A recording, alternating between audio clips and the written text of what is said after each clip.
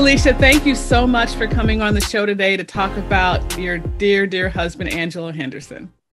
Thank you. Thank you, Yvette. Thank you so much. I can't say that enough for you asking me to talk about him, his life, and his journey from journalism to, as he would call, journalism to Jesus. Oh, I love that. Yes, journalism to Jesus. Well, so we've known each other for a while, and Angelo, in my mind, I know him as much as journalist as minister, just because I'm kind of focused more on the ministry now. But he was such an incredible journalist. And as you know, on this show, we're taking a look at people who were involved in the media in some form or fashion and who made their way to ministry. I feel like I am beginning to see that. And maybe it's kind of like the funny thing, like when you're pregnant, then you see all pregnant women. Maybe it's something like that. But I definitely see people making that move. I think it's really interesting. And because I've had that to some degree in my own life, love hearing the stories. And of course, I immediately thought of Angelo because he's such an amazing journalist. We miss him so much. So if you could tell me a little bit about his, first of all, his faith walk. I like to talk to people about their faith walk. And before you even do that, share with my audience when we lost him. Okay. I'll talk a little bit about his faith walk. His parents were very active in the church, his mother in particular, and she took him to choir rehearsals and Bible study and dawn Bible study. I had never even heard of dawn Bible study till I started dating him, and they took me to dawn Bible study. And it was truly at dawn, right? It truly was at dawn. I was like, who goes to Bible study at 6 o'clock in the morning? But, so religion played a very important part in his life and upbringing. And that just continued into adulthood. And when we dated and we got married, and, he was always active in the church. When we moved to Detroit, we joined Hartford Memorial Baptist Church, joined the choir, became involved in the church. So that was just a very natural part of Angelo's life.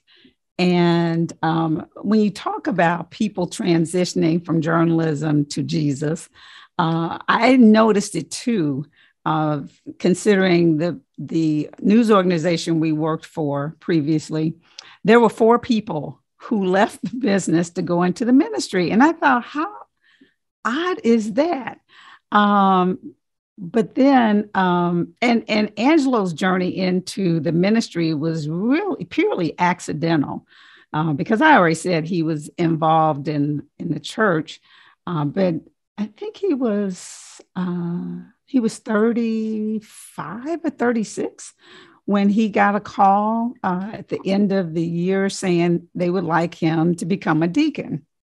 And he was like, wow, I remember a member of our family said, oh, you're too young to be a deacon. That's supposed to be when you're older and, you've lived more life. And so he thought it through and decided to become a deacon. So that was a 9-month process of learning. And really, it was kind of like really preparing him for the ministry because of all the duties that deacons perform, serving baptism and sometimes even filling in when there's not a pastor to preach. So that was one of the things he had to prepare for when he became a deacon. He had to deliver his trial sermon. So that was in 1998. And so let's put this on a timeline for a second. Mm-hmm. So when did you guys get married? Oh, okay. We got married in 1989. Okay. So I know I met both of you at the Detroit News, where we both worked, and that was in the 90s, I'm trying to remember now, the early 90s. Mm-hmm. So around that same time, and I'm not sure when he got there, but I want to say I got there in 88, 89. And you were there before him. Okay. And then, because I remember him telling me he met this woman who was also a Delta, and she was getting married too. And you two were sharing the stories of the wedding journey. And so he got Oh, there in May of 89. And then we got married in October of 89. And then I started in November, like November 5th of 89. mm-hmm. And so his deacon road was a few years after that. Mm-hmm. So that was Okay. 89, 90. So then 8 years later. Yeah. Okay. Okay. When you talk about someone who needs to be a great communicator, who needs to, as you said, he had to give a almost audition, a sermon, right, for Mhm. to be able to go into and to be a deacon. Angelo was a great communicator, not only in the written word, which is how he primarily, practiced his craft, but I mean, he just had such a wonderful personality. Everyone knows him for his personality. Everyone knows him as being able to command a room. Did Mhm. that serve him in this role? It did, but he was not comfortable in the beginning. It took a while for him to really feel comfortable in that position, and really feel like, what is my preaching style? How am I supposed to deliver? And I remember my mother telling him, just be you. Like you said, you can command a room, you know how to get people's attention. And I think once he heard that, he realized that he could be comfortable being himself in delivering sermons. Mm. And I tell you, one of the nice things about, and you asked me when he died, and it was in 2014. A year later, I had just boxed. I mean, his papers, his sermons, they were everywhere in his office. And I remember I spent a few months organizing his sermons and then reading his sermons, and they were just like the stories he wrote. The writing was so well crafted, and you never think about that. Sometimes you'll hear a phrase when a minister delivers it and you say, oh, wow, that was catchy. But when I read through him, I was like, wow. And I remember him saying that every skill he ever had learned, every skill he'd ever learned, he used it in the ministry. Mm. So I thought about that, about his reporting and his writing style when it came to newspapers really transferred over to, preparing and writing sermons. And he was really good at using different techniques to deliver messages. He would often use recordings, and he'd play different songs to deliver a point he was trying to make. But he always tried to make his sermons very engaging and pull the audience in. So wonderful. And I know what you mean when you're listening to a sermon. There's a couple of things that's happening. Obviously, it's touching you spiritually, or hopefully it is, right? Mhm. But it's also making sense to you, and it's also teaching you things. And so all of that together, and when you just said he took everything that he knew and put it into that makes perfect sense, because that's really the best of the best sermons, I think. So we're talking about his skills. One thing that I have learned when I've talked to a few people is that they recognize that they have been given gifts of communication, various gifts that they wanted to use in the service of the Lord. In this case, we're talking gifts of communication, writing, sometimes even research/reporting, right? Mhm. Right. Did he ever talk about how that was important to use those gifts in God's glory? He didn't talk about it a lot, but I saw it. He would never let me in on his sermon preparation. It was always, oh, you'll hear it on Sunday. Oh, But really? You did not see it? You didn't read it ahead? now I was his first read editor as a journalist, right? Anytime Yeah. he wrote a story, I read that first. But when it came to the sermons, no. He kept that to Wow. himself. But I know he spent as much time researching like he was reporting a story, right? Yeah. And there's so many books. Oh my gosh, there's so many books in our lower level where he worked, books that he used as research for sermons. It's really ridiculous. It's probably like 1,000 books down there. But yeah, he approached the sermon much like he did a story. Mm. Okay, so going back, he's a great journalist. I definitely want to talk about the Pulitzer, but Mhm. before we get there, um, you're going to church. You playing a large role in the church, which I also see in other cases. And he's getting, maybe drawn in isn't the right word, but there's a connection. They ask him to become a deacon. He has to think about it, but then he says yes. How long of a process was that? That was 9 months, 10 months, 10 Okay. months. Was it kind of traditional classes or workshops or things like that? Yeah, I recall they would have homework during the week. They would meet on Saturdays, every Saturday through October. I want to say maybe by end of September, and then they would go through meetings with Dr. Adams and other ministers on staff to make sure that they were fully prepared and knowledgeable in the role and the duties, and then they were preparing for their sermon. And it was always on the second Sunday in October. And that particular year in 98 was his birthday, I believe. If it wasn't on his birthday was the next day. Oh, So that's that made wonderful. it even more special. Absolutely. And what was the name of the church? Hartford Memorial Baptist Church. Baptist. Okay. Mhm. So, all right. So he is playing this role, but still in the newsroom at that point, correct? Yes. That's Okay. correct. By that time, he was at the Wall Street Journal. hmm And so you and I, and we mentioned this was at the Detroit News where we met. He worked there for several years, and then went on to work at the Wall Street Journal, and I remember that was such a special. We were all so proud. We were all so proud of him making that move to, and not just to the Wall Street Journal, but he was the bureau chief. He ultimately became deputy bureau chief. Mm-hmm. And And so, probably at that point, he was deputy bureau chief when he was ordained as a deacon. okay, you remember what year that was? That was 98. Okay, 98, yeah. And I'm Mhm. sorry, I wanted to say what year the minister, when he actually became minister and left.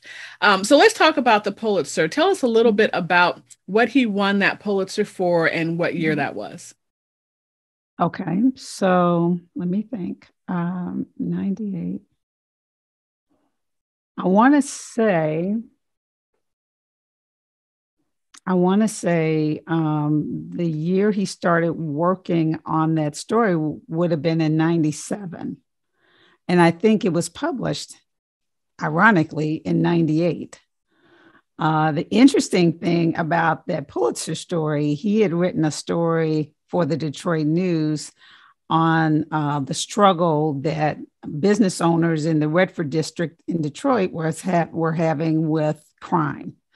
And he talked to several business owners. One was a pharmacist. And so fast forward 5 years later, we see on television that there had been a pharmacist who had been robbed, an attempted robbery in the Redford district. And he killed the robber, the pharmacist. And Angelo said, I think that's the same man that I interviewed for Crime at the Crossroads. That was the name of the project. And he called him that Monday.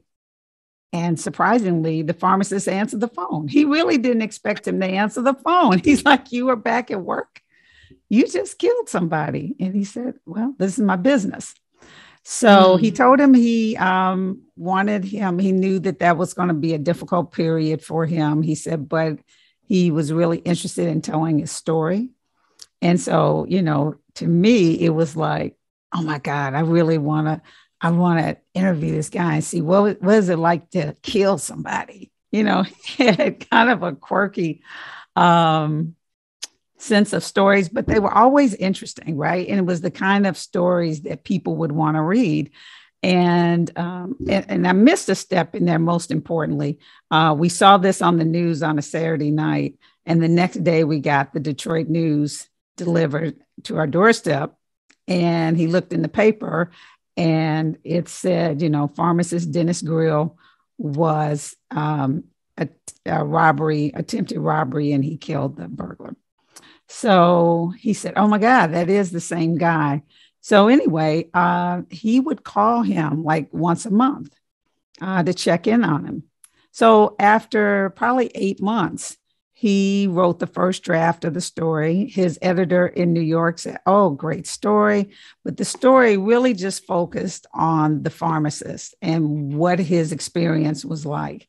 And, his editor said, well, let's tell the story of the man he killed. Let's really dig into his story.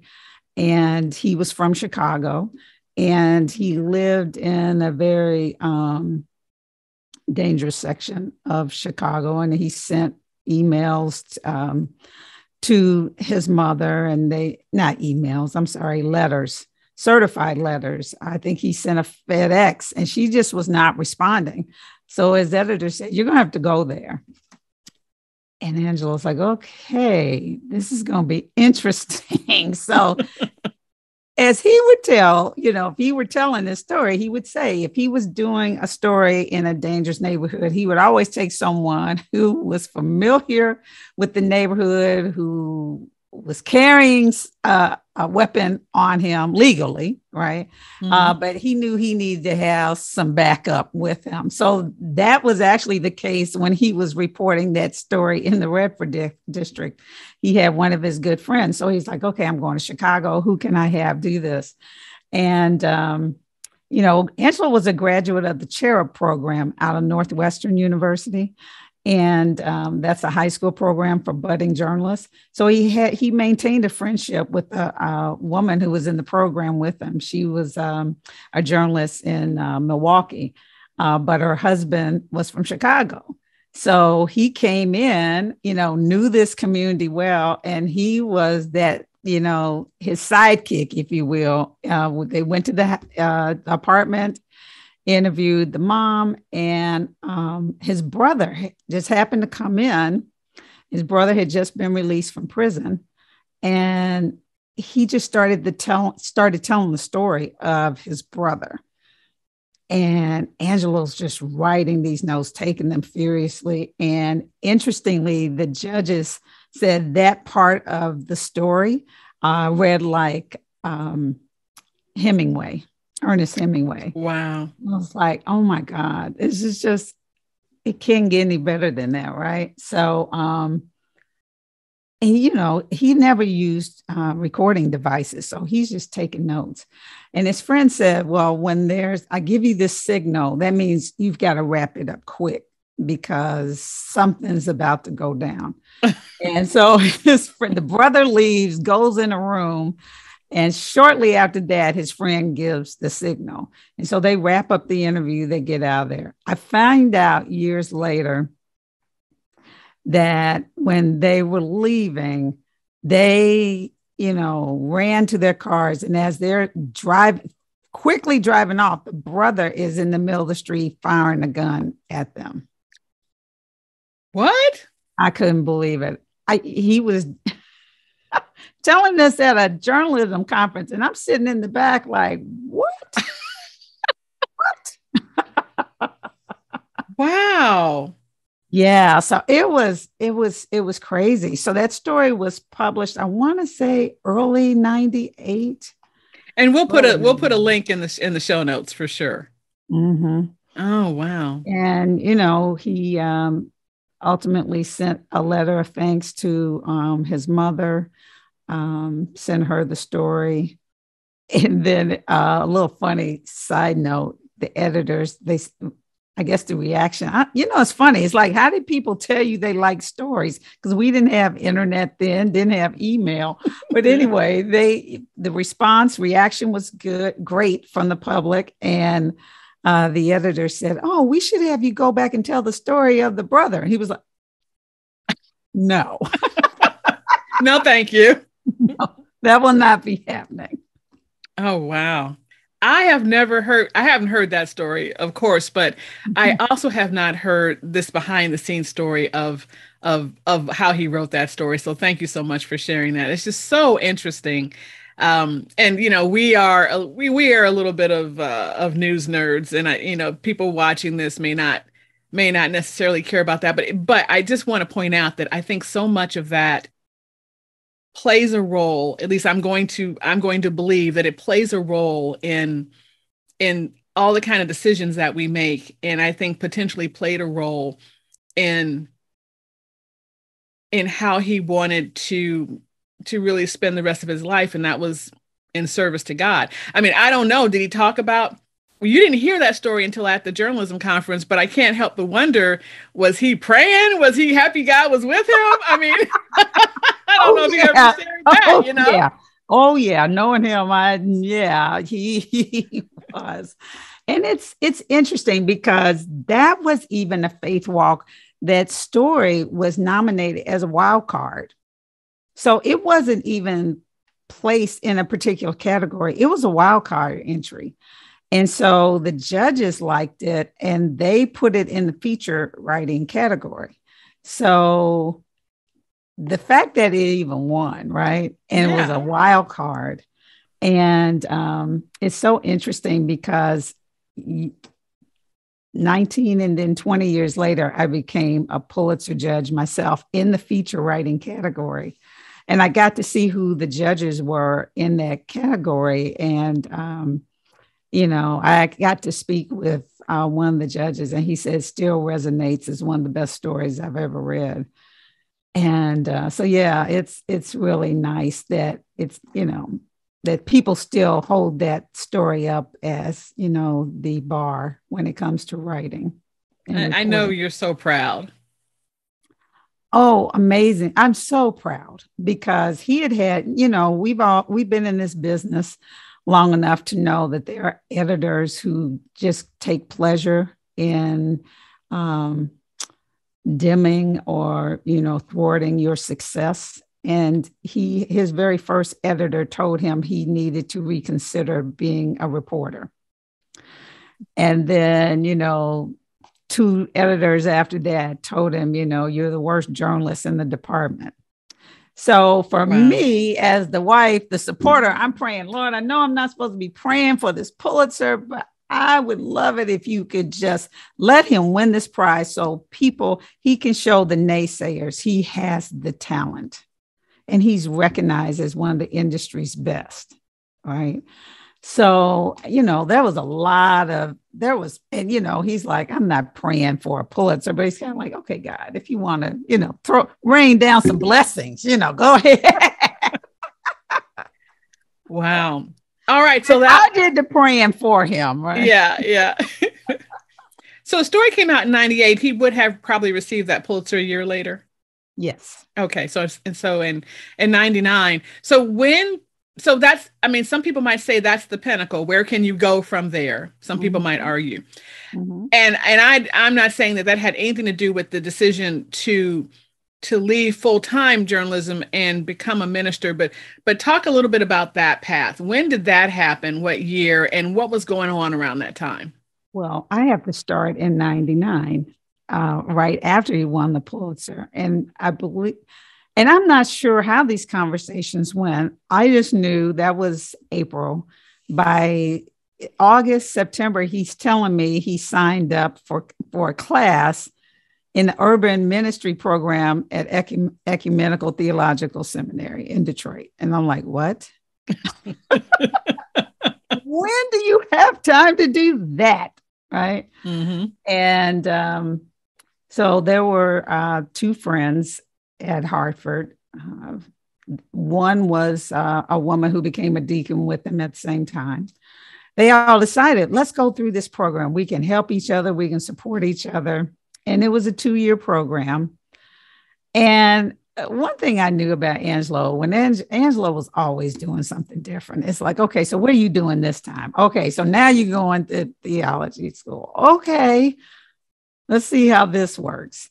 And interestingly, after he died, I was going through, actually clearing out just boxes that he had from church, and I found these notebooks, and they were like bound notebooks, and I had them in a pile to throw away. And I went downstairs in his office, and it was just like the Spirit was saying, retrieve those books. And I did. And I opened one. And one of those books was his journal that for the first class he took in this urban ministry program. And the first thing it said something about, I just told my wife I decided to go enroll in this program. And she looks at me like, how in the world are you going to have time to do this? And he says, I'm asking myself that too. And so as I kept reading through the journal, it just gave me a little more insight as to how the program was starting to shape him. And then I found a letter that he had written to Dr. Charles Adams at Hartford Memorial. This was probably a year later in 2000, where he talked about, I'm sitting in this 25th floor office with this view of downtown Detroit. I have a story I'm supposed to finish, but I don't even have the desire to do that anymore. All I have is the desire to serve God. And there's the call. Yeah. Yeah. And I thought, wow, that's interesting, because he never, ever really shared that moment with me. But I would say, yeah, it was then in around 2000. So he graduated in 2002. So that would have been 3 years.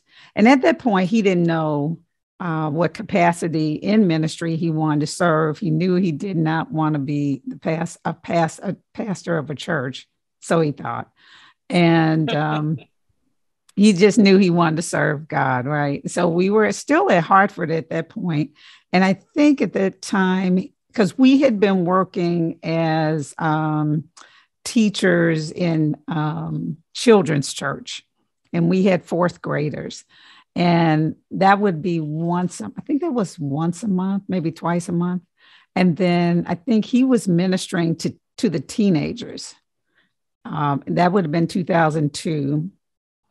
And so going into 2003, the last professor he had in seminary, he would come home and tell me that they got along really well. He was super cool. He really enjoyed his classes. So by May of 2003, he called him and said, I'd like you to join. I have an opening on my ministerial staff. And this was Hope United Methodist Church in Southfield. And he said, I'd love for you to be a member of my team. And I remember him calling me at work. And I said, does that mean we have to leave Hartford? What? I was like, oh, man, are you serious? And so he mulled that over for about 4 or 5 months. We didn't even talk. He didn't talk about it. And so he got a call from the same pastor. I know it was like September of 2003. And they had a friends and family day at the church. And my mother just happened to be in town. So I said, well, if you take mom with you. And clearly we had talked about this at some point, because I just remember saying, take mom with you, because if you get her to sign off on this, then we should be good. Because I'm like, I don't want to hear this. Why did he quit his job? And my mother loved the church. She was like, oh my God, everybody's so warm and friendly. And at that point, that's when he was working. And the crazy thing is he was working on this year-long project at the same time. At this point, he has left the Detroit News and he's back. I mean, he has left the Wall Street Journal. He's back at the Detroit News. He's working on this year-long project. And so that was October, November. He turns in the first draft. For whatever reason, the executive editor says, I'm no longer interested in the project. I've killed it. Yeah.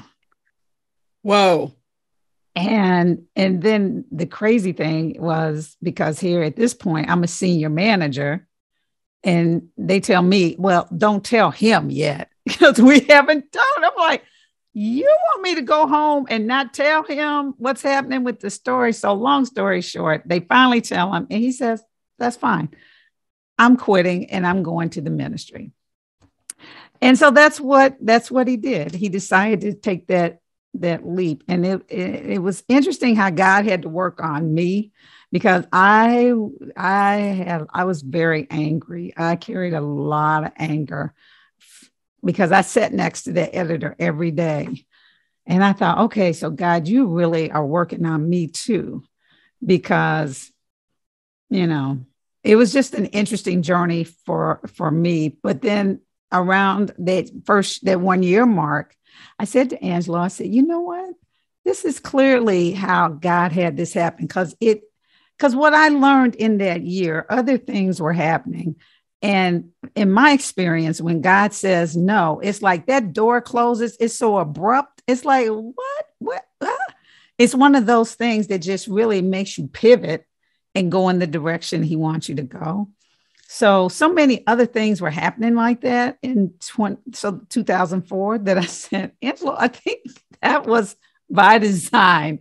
And he said, I never thought of it that way, but if this project had done really well, had won prizes, it would have been harder for me to leave the ministry or leave journalism for the ministry. So that's how that came about. Great story. I think there's such an important message in there to really anyone listening, that when God shuts doors, I mean, there's reasons behind that, and it just will not make sense to any of us. And I also want to point out to anyone listening, who really doesn't know much about journalism or newsrooms, it is not that common for husbands and, for husbands and wives it is common for husbands and wives to work in the same newsrooms, but not for one to have as much connection to the work of another that you were able to have. And so I agree with you when you said he was working on you. That must have been a very, very stressful time to know this information and trying to figure out, what does it mean and how is it going to work on our lives together? Mm-hmm. So, right. Yeah. Right. Yeah. And so it was around that time that he coined this phrase, journalism will drive you to Jesus. Amen to that. Oh my gosh, I thought that was so clever, particularly coming out of the Motor City. Journalism will drive you to Jesus. Oh my. But I think that's a headline right there. That's a headline. But I think, there's a lot of there's stressors that are inherent in the job.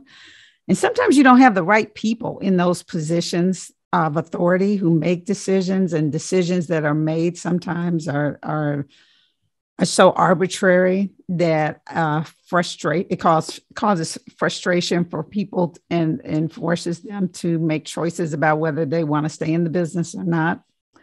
But I think to the point you were stating earlier about why people tend to go into the ministry from journalism, when you think about why people choose journalism as a career, right?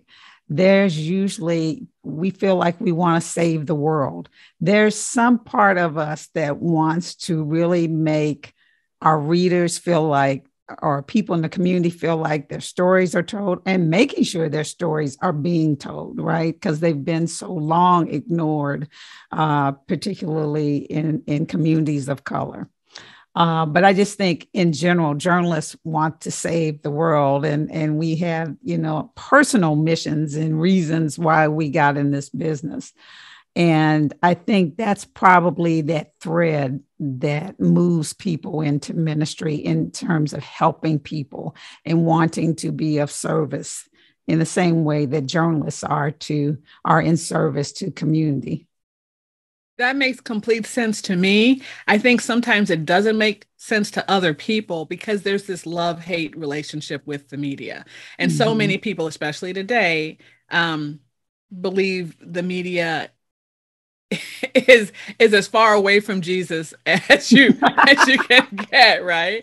And not thinking that the people who are practicing journalism have this within them that really I think that there's a connection to faith. I mean, when we're doing our work, I haven't talked about this with anybody yet, but I mean, I feel like when we're doing our work, we're doing a lot on faith. Would you say? Oh, yeah, absolutely. Absolutely. And, when you're thinking about, you're hoping you get that source, you're making these connections with sources. You're hoping that they will call you back so you can tell the story. I mean, that's faith, right? Yeah, it's very interesting. I work now with journalism organizations, and I'm coaching them on how to talk with members of the community, how to be present in a community that hasn't seen those people behind the scenes making, creating stories. So they understand that these are people who care about the community. But for so long, journalists have been inside the newsroom and not in the communities that they cover. So it's very easy to villainize, as you were saying earlier, to villainize journalists and perceive that, we're the enemy, but that's not the case. And, for most of us, we really care about the communities, but we haven't been visible. Yeah, no, you're right about that. So let's talk about the last titles that he held in ministry. Mm-hmm. So he ultimately took the job in Southfield. Which is a for anyone who doesn't know, which is a suburban city to Detroit. And where did he stay there? Where did he go after that? Okay, he was at Hope United Methodist Church from 2004 to 2011, and his title was associate pastor of worship, vision, and emerging ministries. And so he was over 40 ministries during those 7 years, and was very beloved by members of the church. Still, I was talking with someone today on this 5K walk, and she said, he was our brother. He was all of our brother, So then he was called to become an assistant pastor at Triumph Church. And Triumph Church is based in Detroit, but it's one of the nation's fastest growing churches. There are 7 different campuses, and we call that the spiritual beltway. Because our pastor is going from these 7 churches every Sunday. Not Saturday, but every Sunday for sure.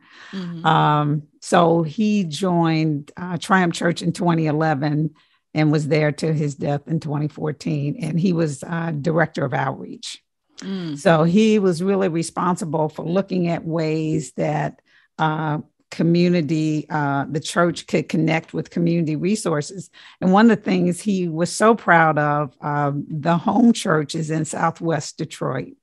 And he connected with Forgotten Harvest.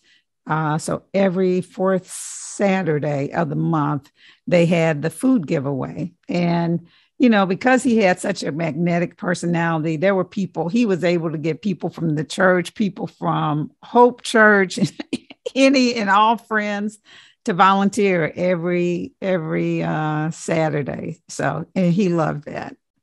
Mm. So I don't think we can really finish talking about this without talking about family. And you mentioned that you really only, when you read his journal, understood, really how he was wrestling with it. But Mm-hmm. but for you, I don't know if if you were ever considered first lady anywhere or anything like that. But how did this play for you? Well, it's interesting. People tried to pull me into that at Hope Church. And there were other pastors who were married. And I'd say, look, I'm the fourth lady. Okay.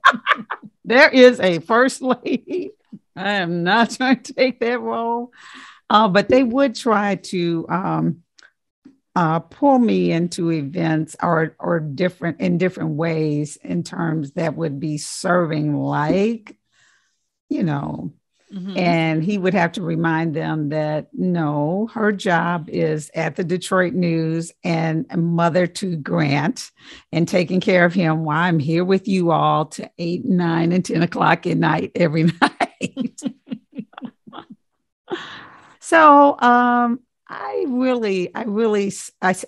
served where I could, but I was really more support, and especially because his life, he worked harder at the church than he did in journalism, because there were, I mean, many nights where his average time getting home was between 9 and 10, and then when he went to Triumph Church, that the church was doing so much in the community, it was always between 11 and midnight. So, and that was during Grant's formative years. I think he was in the 4th grade when he started, and when he died, Grant was a sophomore in college. So I'm glad you brought up Grant. I was going to ask you if it was okay to talk about Grant, because again, we couldn't finish this conversation without talking about the two most important family people in his life who were family. Um, he has become such an amazing young man, and I love Thank when I you. see any social media posts about him. Um, but because and I imagine this might be true with any father-son relationship when the father's in the church, but because Angelo was so magnetic and all of that, I wonder, do you feel like Grant ever felt like he might follow daddy's footsteps into the ministry at some point? And maybe not now, I don't think, but did you ever see that happening? I've gotten glimpses of that. Yeah. Um, so we'll have to see. I mean, Angelo never thought he would ever be in the ministry. If you had said this to him when we got married and he was 27, he'd be like, oh no, right? And it's really interesting. I found that, those who are truly called are the ones who fight it. Yes. They Yes. fight their calling, right? Mm-hmm. But there's something that's really planted there. And I think there's enough that he learned through not only being in his presence, but through osmosis and just what he poured into him, that has really made a difference. And it was something that Grant said to me last year. And I thought, I guess I better hold on to these robes, because you never know. Now, if he hears this, he'll be like, are you, what? No. But you never know what God has in store for you, right? So that's why you have to always be open. But it is, it's beautiful that he understands the word. He walks in the word.